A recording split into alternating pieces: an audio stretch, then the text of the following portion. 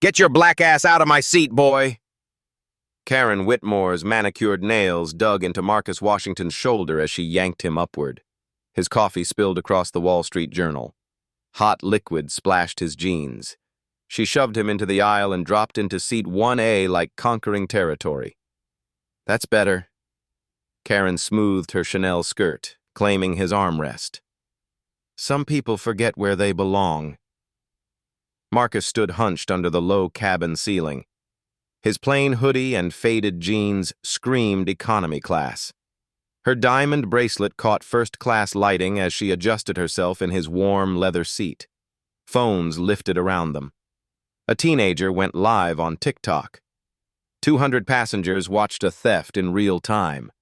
Marcus gripped his boarding pass. The ink 1A was smudged but visible. Have you ever watched evil win while everyone just stood there? Justice was coming. Flight doors closing in 10 minutes. All passengers must be seated. Flight attendant Sarah Mitchell rushed toward the commotion, her blonde ponytail bouncing. She spotted Karen settled comfortably in 1A and Marcus standing awkwardly in the aisle. "Ma'am, I'm so sorry about this disruption." Sarah's voice dripped sympathy as she touched Karen's shoulder. "Are you okay?" Marcus stepped forward, boarding pass extended. "This is my assigned seat." 1A. Sarah barely glanced at the paper. Her eyes swept over his hoodie, his scuffed sneakers, his dark skin. "Sir, I think there's been a misunderstanding. Economy class is toward the back of the aircraft."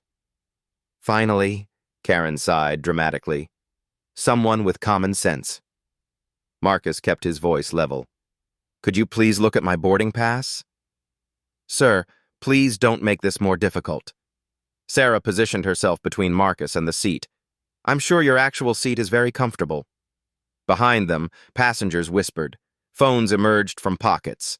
A teenager named Amy Carter opened TikTok and hit record. "I don't understand the confusion," Marcus said quietly. "My ticket clearly shows—" "Look at him," Karen interrupted, gesturing dismissively. "Does he look like he belongs in first class? I'm Diamond Medallion status. I've been flying Delta for 15 years.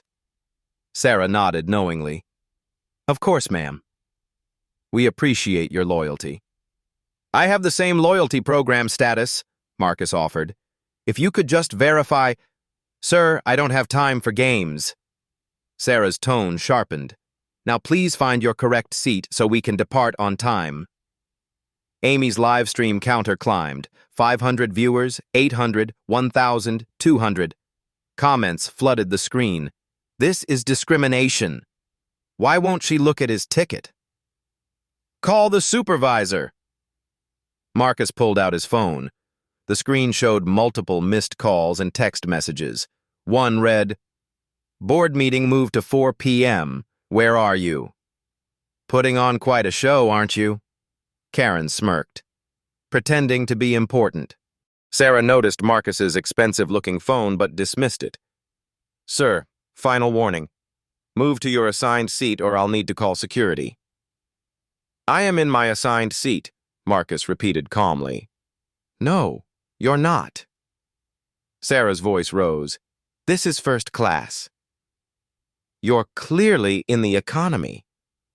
The assumption hung in the air like poison. Other passengers shifted uncomfortably. Some are filmed openly now.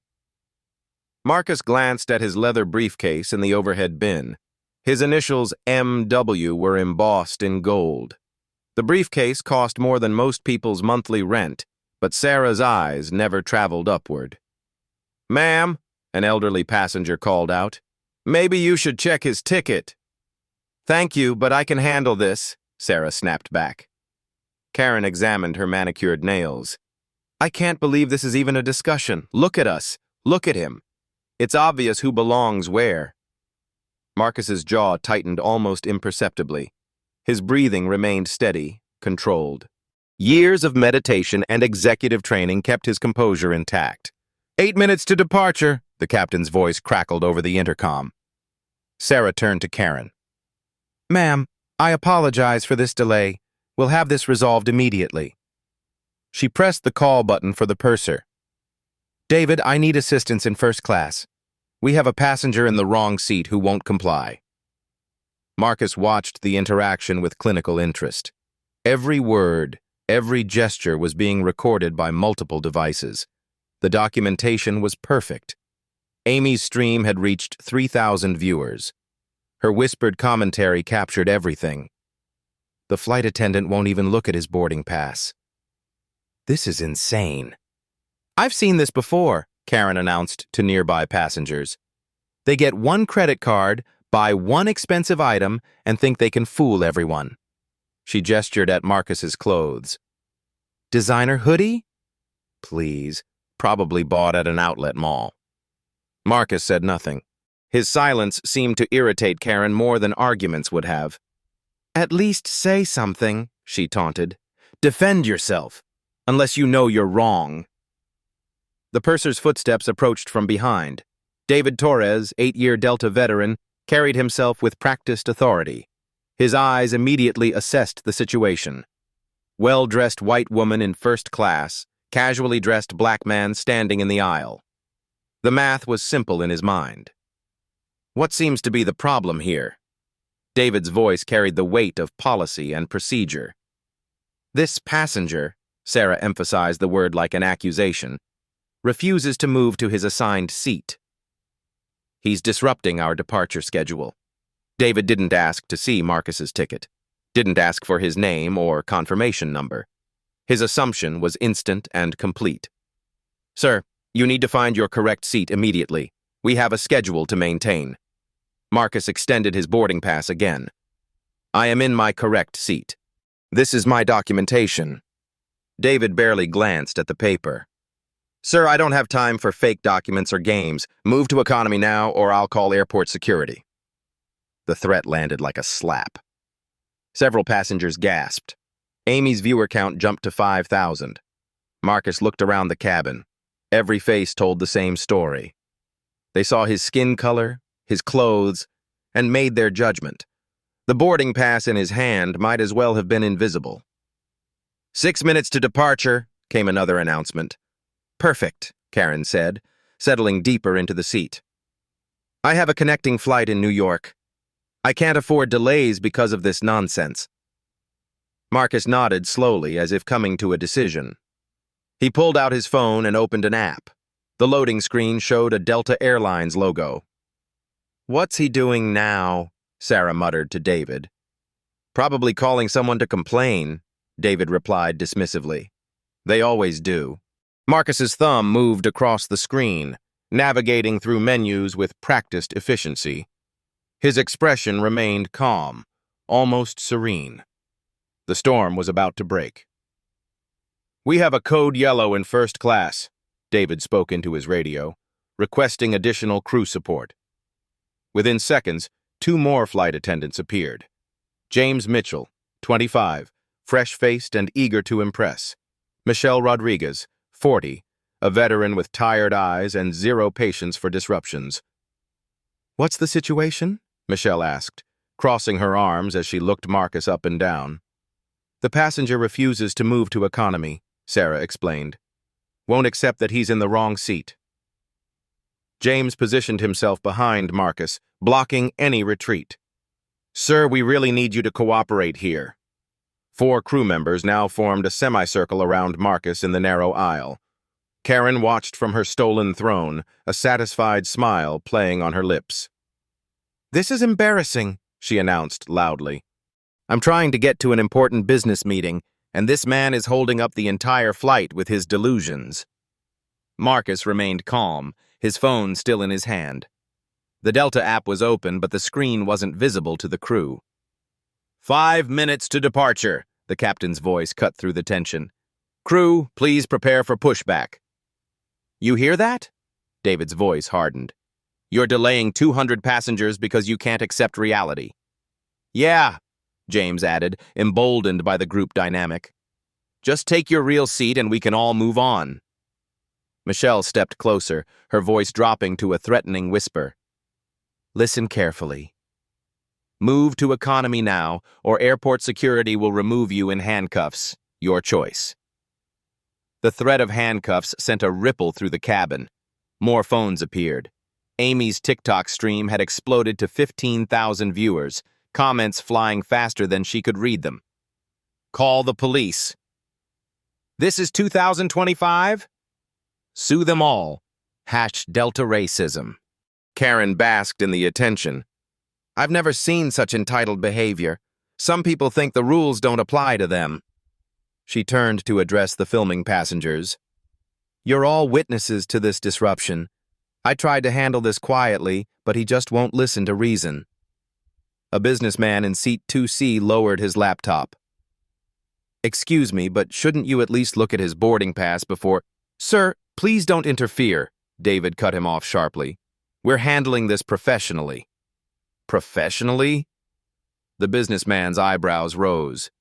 You haven't even verified his ticket. Michelle whirled around. Are you questioning our procedures? I'm questioning why you won't look at a piece of paper, the man replied evenly. Sarah's face flushed. We don't need to examine obvious forgeries. How do you know it's forged if you haven't looked? Asked an elderly woman in 1B. The crew was losing control of the narrative. Passengers were turning against them, and the phones kept recording. Look at him. Karen stood up from the seat, gesturing wildly. Use your eyes. Does anything about this man scream first-class passenger to you? She pointed at Marcus's hoodie. That's a $30 sweatshirt from Target. I can tell the quality when I see it.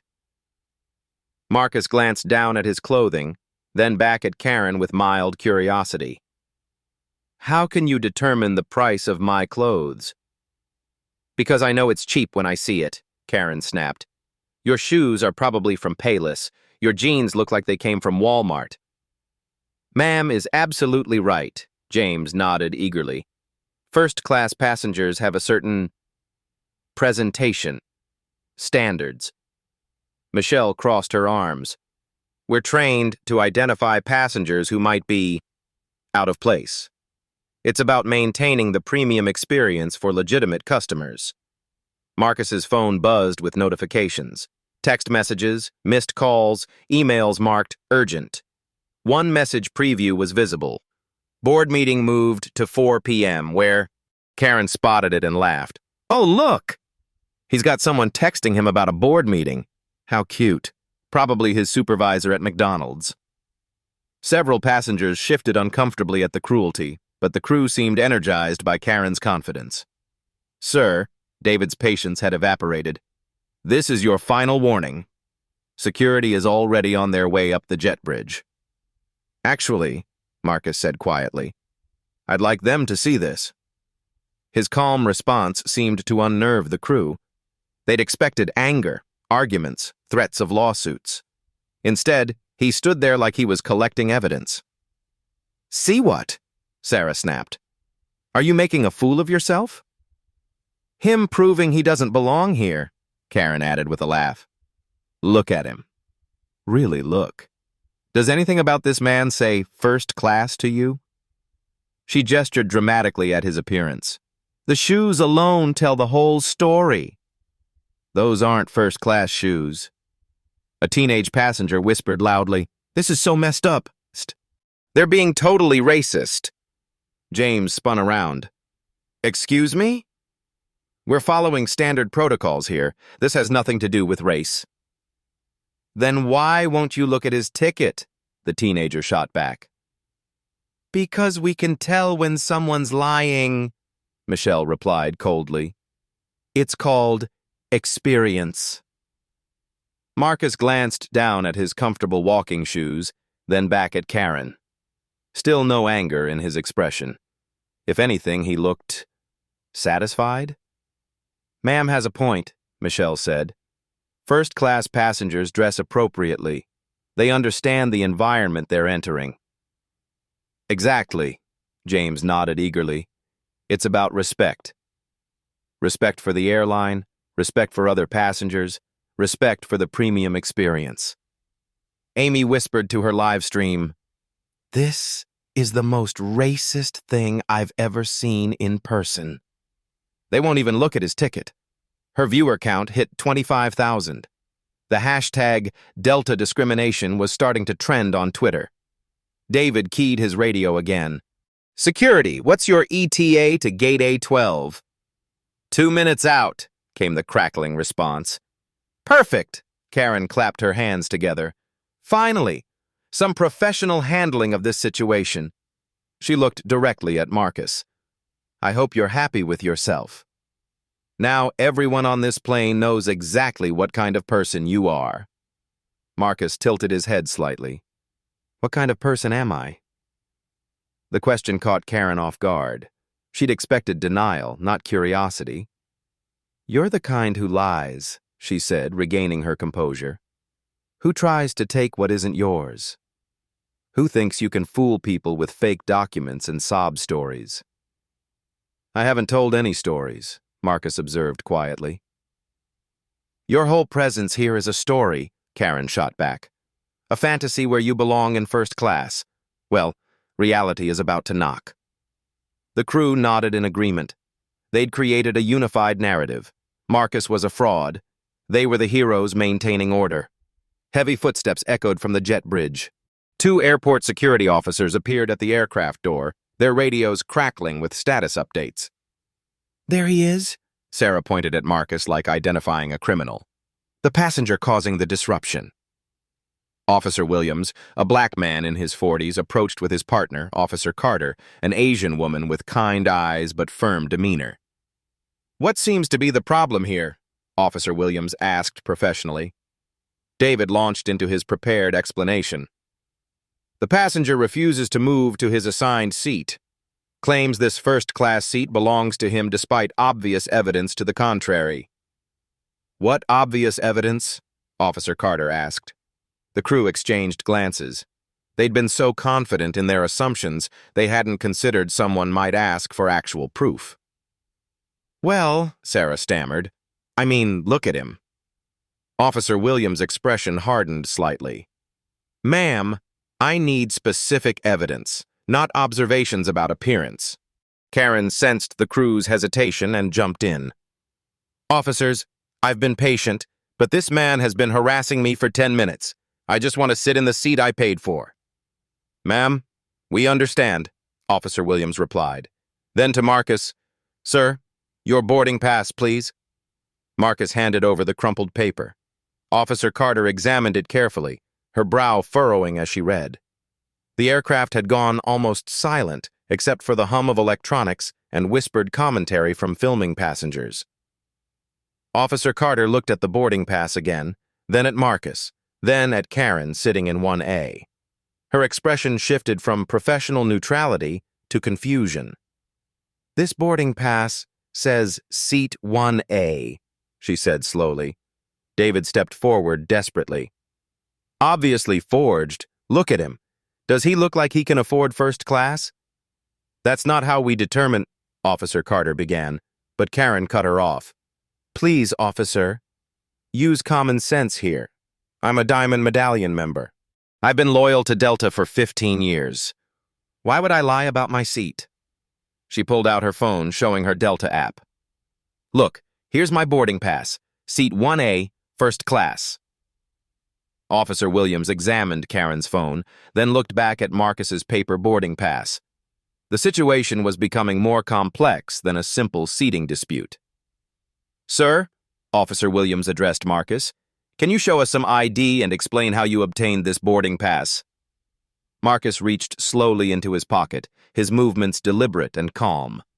The entire cabin watched as he withdrew his wallet, but instead of pulling out a driver's license, his fingers moved to a different pocket, to his phone. "Actually," Marcus said, his voice carrying a new quality quiet authority that made everyone lean in, "I think there's something you all need to see first." The app on his phone had finished loading. The storm was about to break. Marcus's thumb moved across his phone screen with practiced precision. The Delta Airlines app interface shifted, revealing layers most passengers never saw. Executive dashboard, CEO portal, employee management system. The screen filled with corporate data, authorization codes, and a header that made Officer Carter's breath catch in her throat. Marcus Washington, Chief Executive Officer. Authority level, Supreme, All Access. Employee ID, 000001. Founder, CEO. Direct reports, 43,000 employees. Officer Williams leaned over his partner's shoulder to see the screen. His professional composure cracked for just a moment. "Sir," he whispered. The change in the security officer's demeanor was immediate and unmistakable. They stepped back slightly, their entire posture shifting from enforcement to deference. David noticed the officer's reaction first. "What?" "What are you looking at?" Marcus held the phone screen toward the purser. David's eyes moved across the display, processing each word. His face went from confident authority to confusion to dawning horror in the span of 3 seconds. That can't be." David's clipboard slipped from his fingers, clattering to the floor. Sarah leaned in to see what had shocked her supervisor into silence.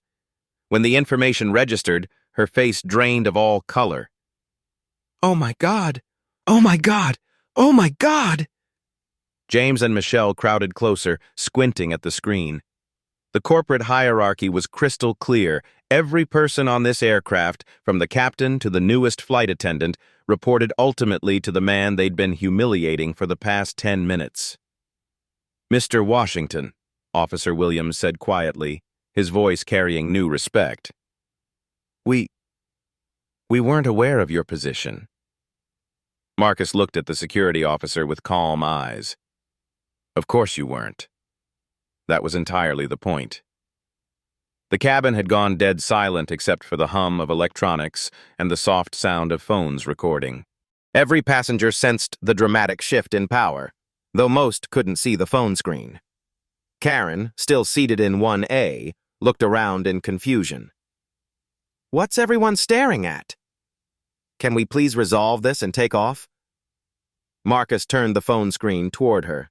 Karen's eyes scanned the display, her expression cycling through disbelief, recognition, and pure terror. You can't be," she stammered, her voice barely a whisper. "I own 67% of this airline, Ms." Whitmore Marcus's voice remained calm, but it now carried unmistakable authority. "I don't just own Seat 1A. I own every seat on this aircraft." The words hit Karen like a physical blow. She gripped the armrests of the seat his seat as the full magnitude of her situation became clear. David found his voice, though it trembled. "Sir, we had no idea. We were just following standard standard what?" Marcus interrupted gently.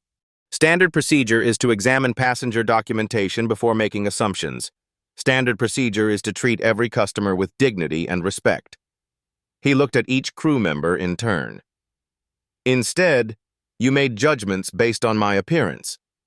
You refused to look at my boarding pass. You threatened me with arrest." Sarah's hands were shaking. "Mr. Washington, I'm so sorry.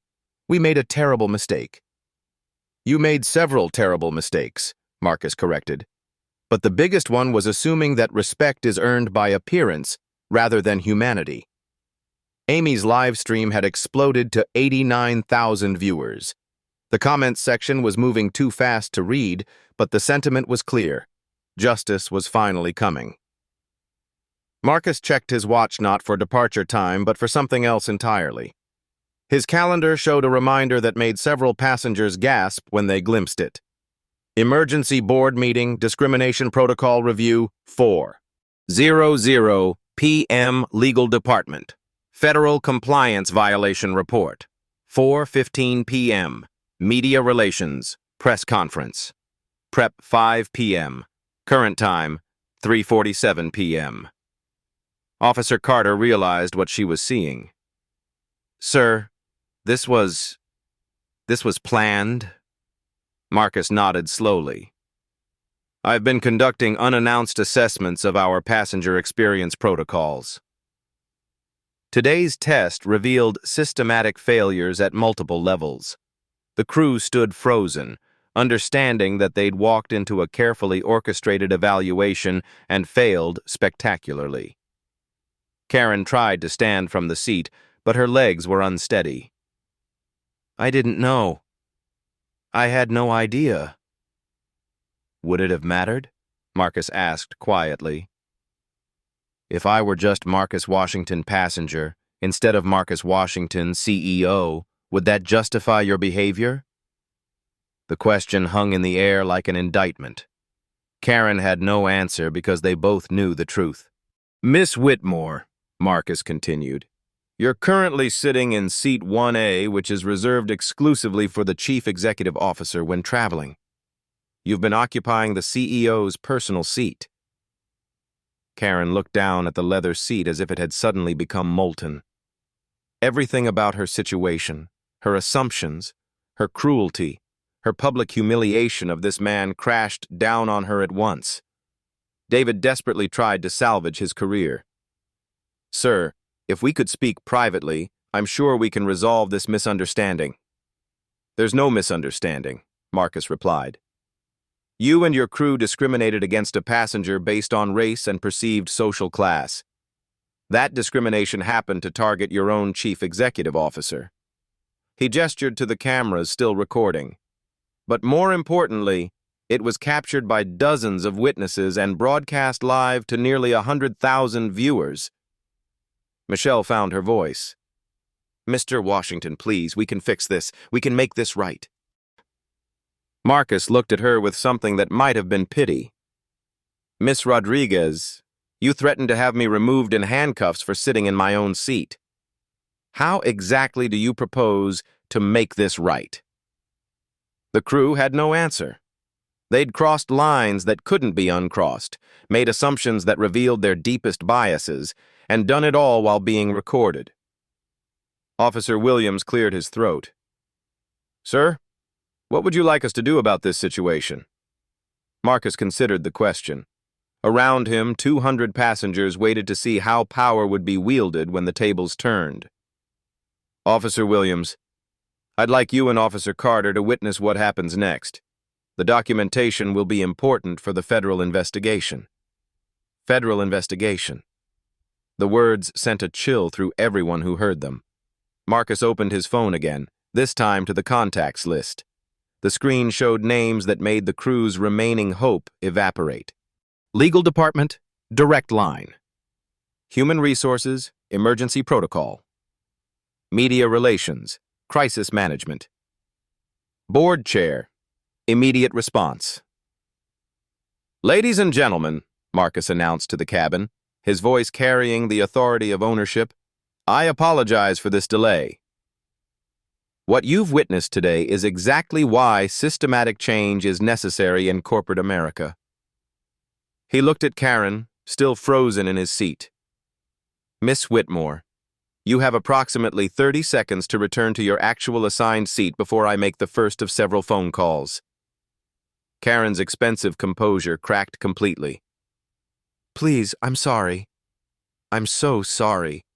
I didn't mean—" "You meant every word," Marcus said quietly. "The question now is what happens next." The entire cabin held its breath as justice prepared to be served. Marcus pressed the first number on his phone. The call connected immediately, broadcasting on speaker for the entire cabin to hear. "Marcus Washington's office, Legal Department. This is Patricia Hendricks. Patricia, this is Marcus. I'm currently on Flight 447 and I need you to prepare immediate documentation for a federal discrimination case." The lawyer's voice sharpened with concern. "Sir, what's the situation?" "I've just been discriminated against by 4 of our own crew members and a passenger. The incident was captured on multiple devices and is currently being live-streamed to over 100,000 viewers." Patricia's silence lasted 3 seconds and eternity in legal terms. "Sir, I'll have a full legal team standing by within the hour. Are you injured?" "Not physically, but our company's reputation and federal compliance status are in serious jeopardy." Marcus looked directly at David while speaking. Employee number 47,291 just threatened to have me arrested for sitting in my assigned seat. I'll need his complete employment file and termination papers prepared immediately. David's face went ashen. Employee number 47,291.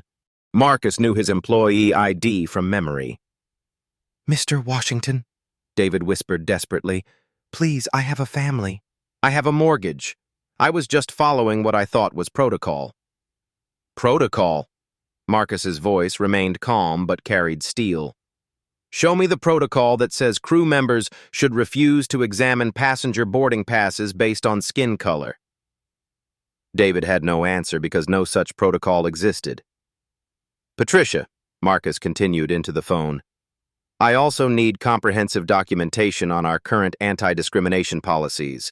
Clearly, they're failing if our crew can't distinguish between legitimate security concerns and racial profiling. Should I contact the Federal Aviation Administration? Patricia asked. Yes, and the Department of Transportation's Office of Civil Rights. They'll want to review our compliance immediately. The legal implications were mounting by the second. Federal agencies meant investigations, fines, and potential operational restrictions. Also prepare civil rights violation documentation under Title II of the Civil Rights Act, both individual and institutional liability. Marcus ended the call and immediately dialed the second number, Human Resources. Marcus Washington's office, HR emergency line. This is Director Janet Mills. Janet, this is Marcus.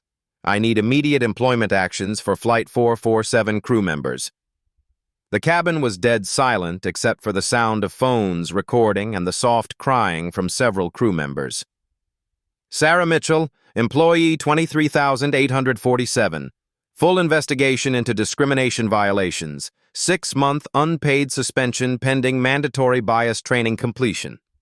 She must pass a psychological evaluation before reinstatement consideration. Sarah's knees buckled. 6 months without pay would mean losing her apartment, possibly her car.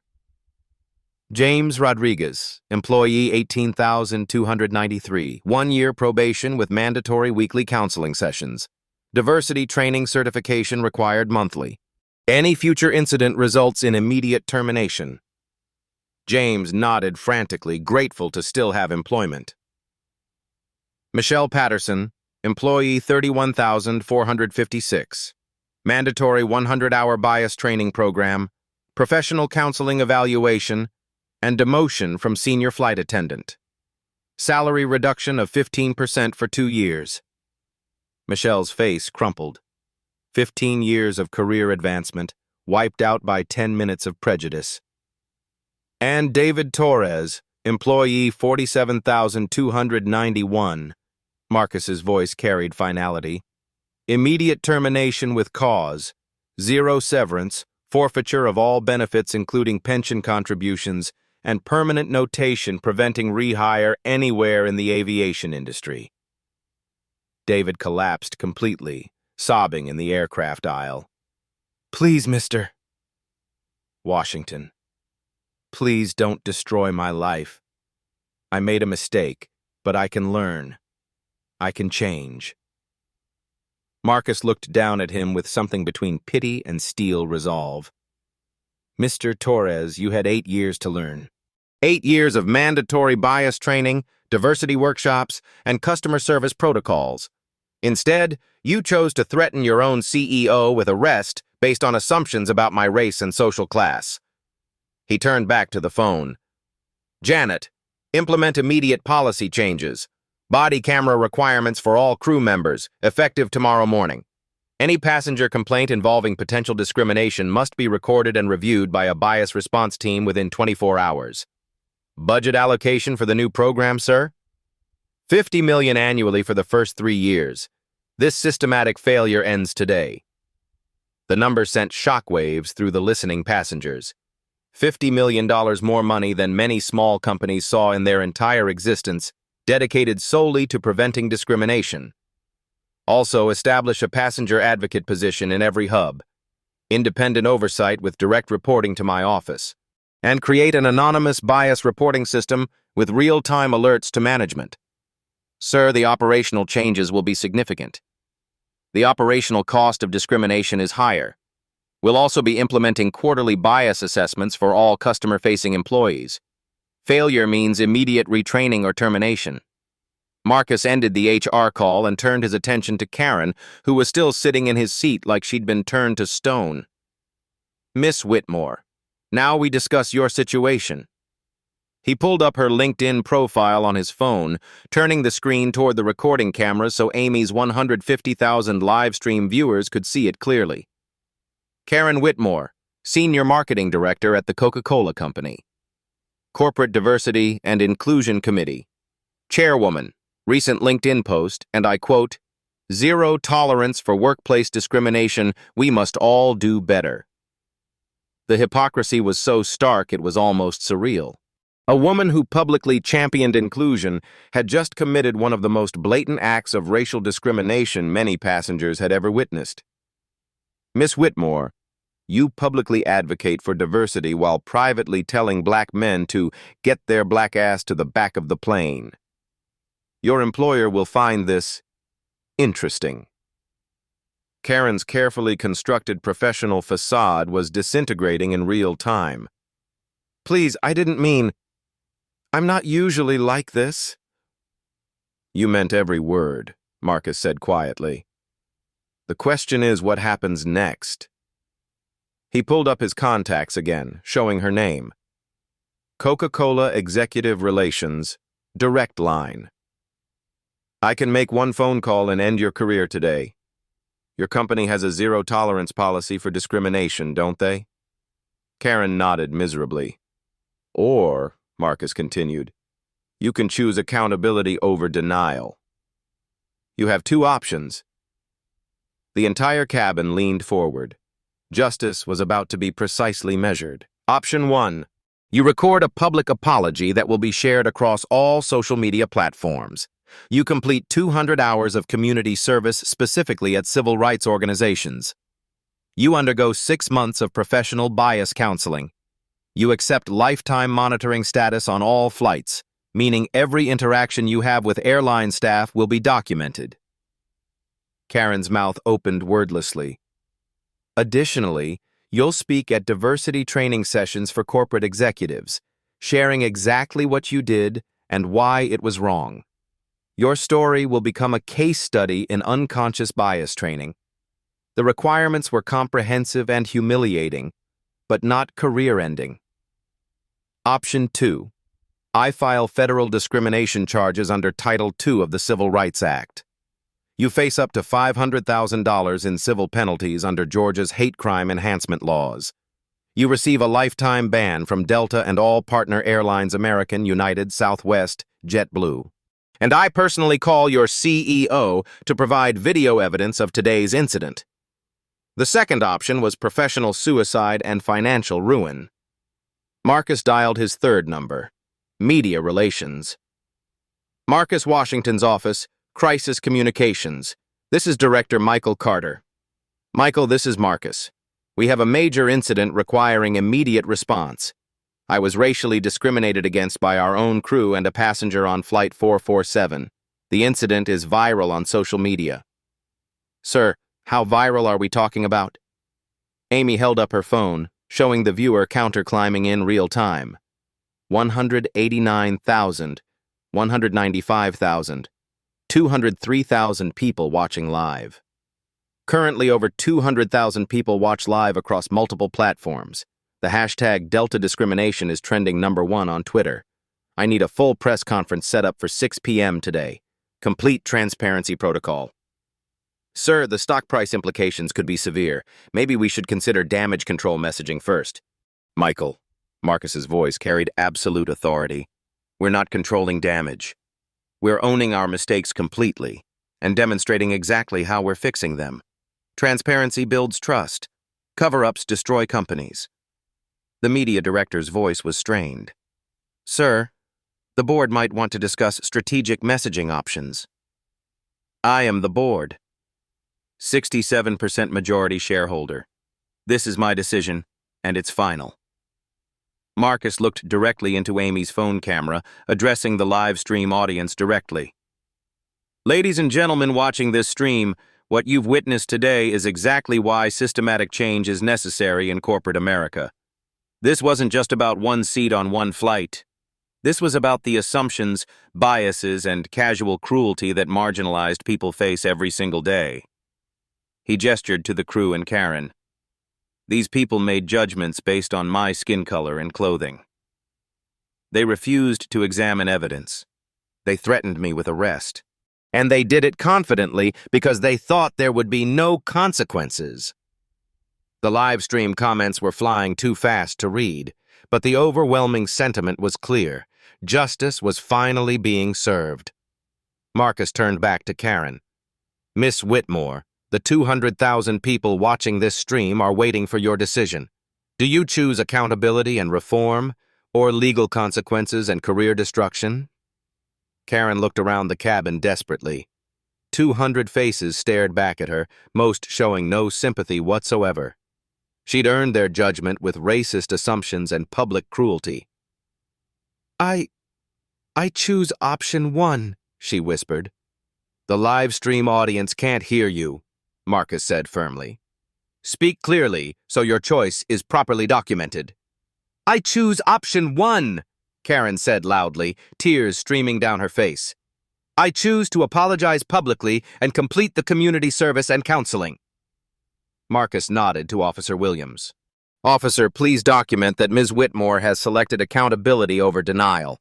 Her public apology will be recorded and distributed across all social media platforms. He turned to the devastated crew members. As for you four, your employment fates have been determined based on your individual actions and leadership roles in this discrimination. David was still collapsed on the floor, understanding that 8 years of career advancement had been destroyed by 10 minutes of biased assumptions. The systematic changes I'm implementing today will ensure this never happens again on any Delta aircraft. I guarantee it. The cabin erupted in applause. Justice had been served systematically, thoroughly, and publicly. The real work was just beginning. 20 minutes later, the aircraft had been cleared and a new crew boarded. David Torres walked past the windows in handcuffs, escorted by airport security toward a waiting police car. His 8-year career with Delta had ended in complete disgrace.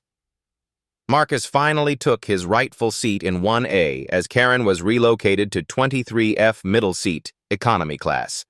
The symbolic reversal wasn't lost on the passengers still filming.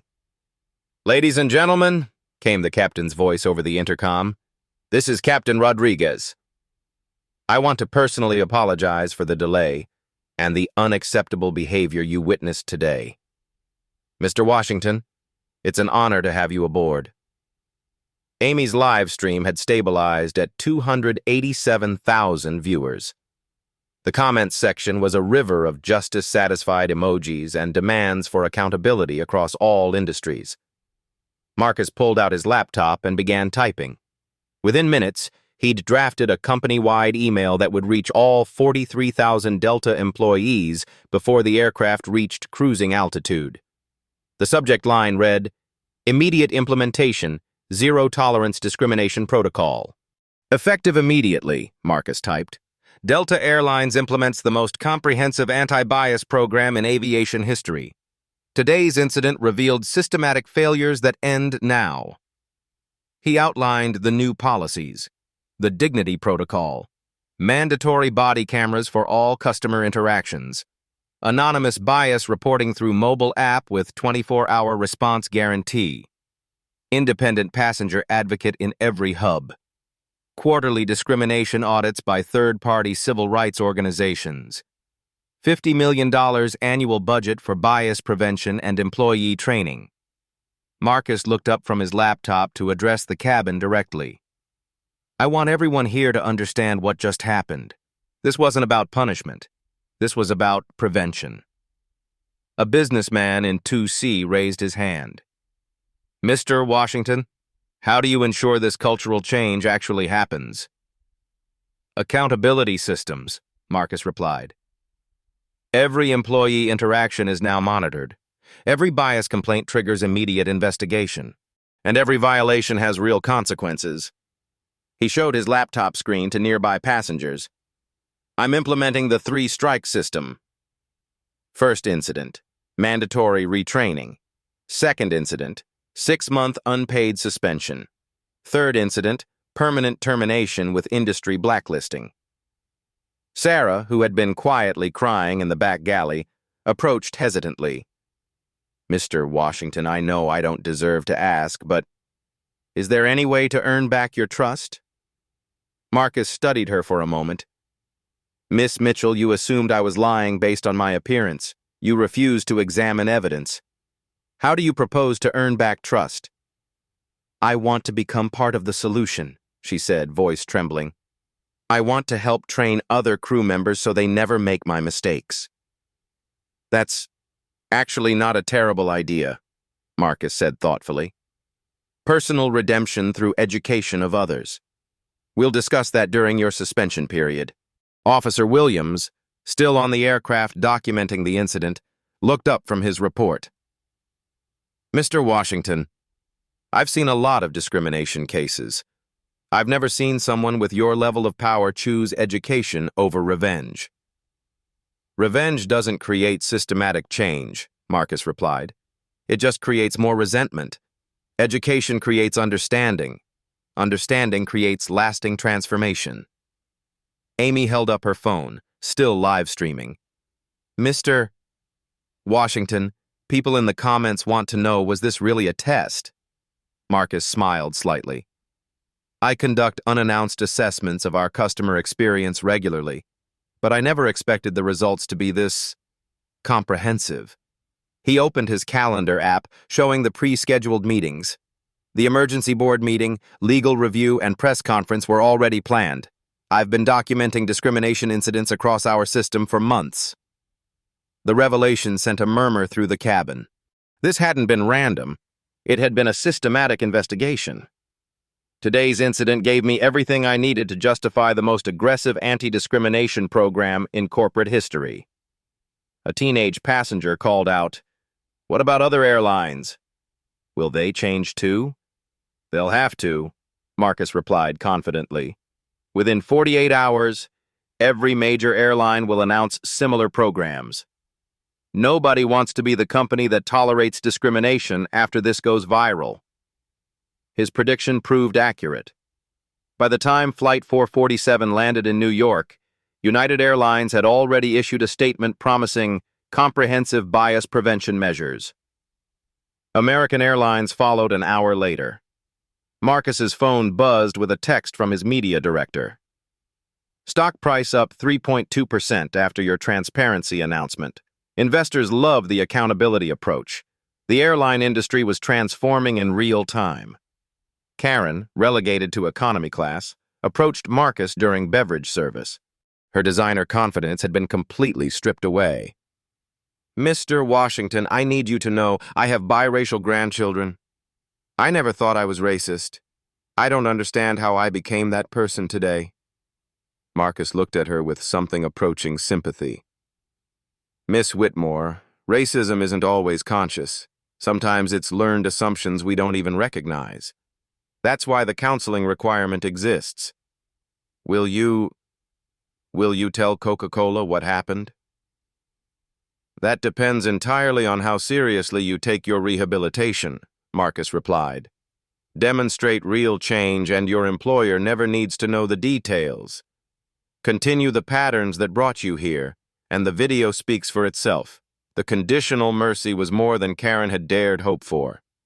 Marcus returned to his laptop, drafting the press release that would reshape corporate discrimination policies nationwide. Delta Airlines announces revolutionary Dignity in Travel initiative following CEO discrimination incident. The statement was brutally honest about the failures while positioning Delta as the industry leader in bias prevention. Every detail of the incident would be public record, but framed as a catalyst for positive change. Officer Carter finished her documentation and approached Marcus. Sir, I've been in law enforcement for 15 years. I've never seen someone turn a discrimination incident into systematic industry reform in real time. Officer Carter, change happens when people with power choose to use it responsibly. Today, I had the power to create lasting transformation. Tomorrow, that example might inspire others to do the same. As the aircraft descended toward JFK Airport, Marcus reflected on the day's events. One seat dispute had become a corporate revolution. One moment of documented bias had triggered industry-wide policy changes. His phone showed 47 missed calls from reporters, 23 interview requests, and 156 messages from civil rights organizations praising the transparency approach. The teenager Amy, still live streaming to over 300,000 viewers, asked the final question. "Mr. Washington, what do you want people to remember about today?" Marcus thought carefully before responding. "I want people to remember that dignity isn't negotiable. Respect isn't earned through wealth or status. It's the birthright of every human being." He looked around the cabin at the faces still processing the dramatic transformation they'd witnessed. "And I want people to remember that real change is possible when we choose accountability over defensiveness, education over revenge, and systematic reform over individual punishment." The aircraft touched down in New York as the sun set over Manhattan. Flight 447 had become more than transportation. It had become the catalyst for a civil rights revolution in corporate America. Justice had been served systematically, comprehensively, and publicly. The real transformation was just beginning. 6 months later, the transformation was complete. Marcus stood in Delta's Atlanta headquarters, reviewing the quarterly discrimination report. The numbers told an extraordinary story. Bias incidents down 89% across all flights. Customer satisfaction at an all-time high. Employee morale improved dramatically after the toxic culture of assumptions was systematically eliminated. The dignity protocol had become the gold standard across the aviation industry. Sarah Mitchell stood at the podium in the company's training center, addressing 200 new flight attendants. Her 6-month suspension had become 6 months of intensive bias education, and now she was Delta's most effective discrimination prevention trainer. I looked at Mr.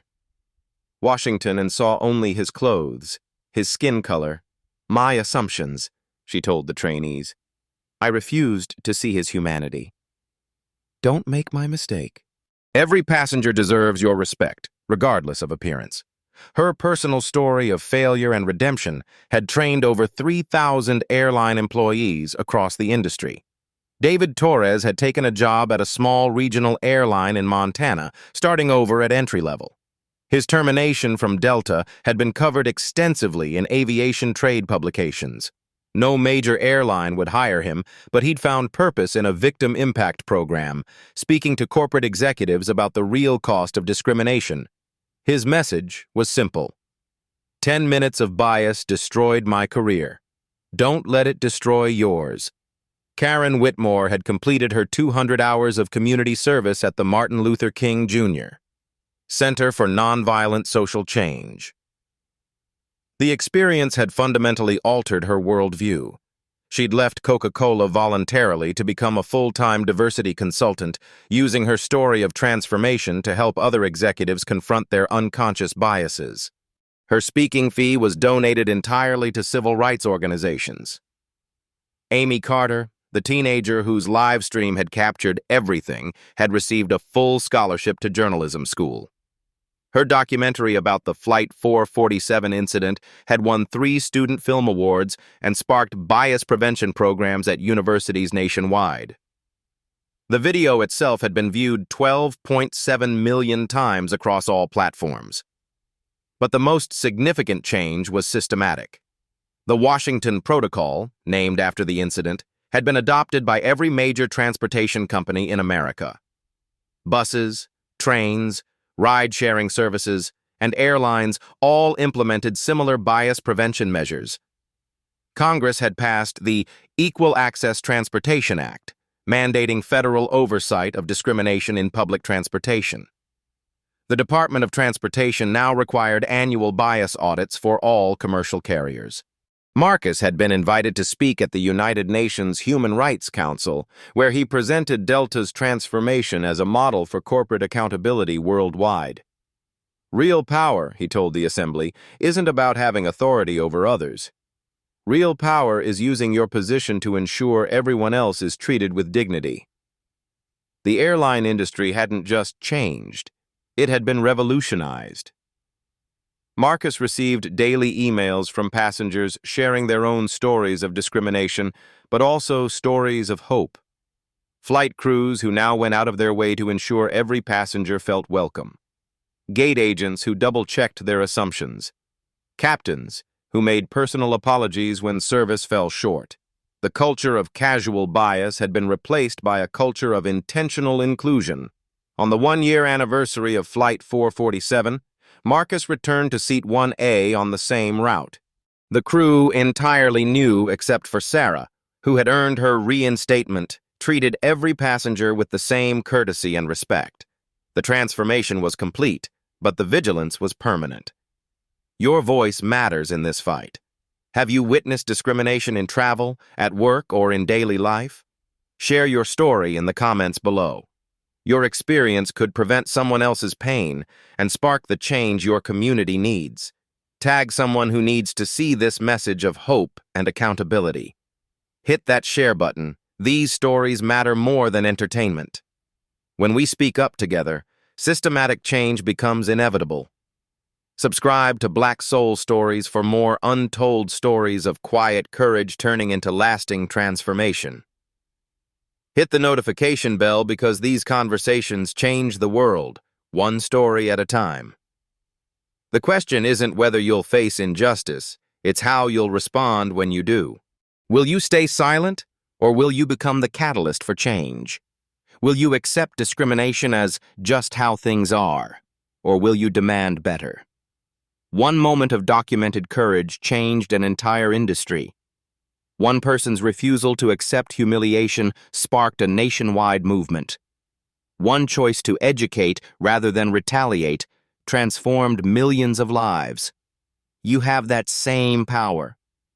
In your workplace, your community, your daily interactions, you can choose dignity over discrimination, accountability over silence, progress over prejudice. Don't just watch this story. Become part of the movement. Because when we stand together for justice, discrimination doesn't stand a chance.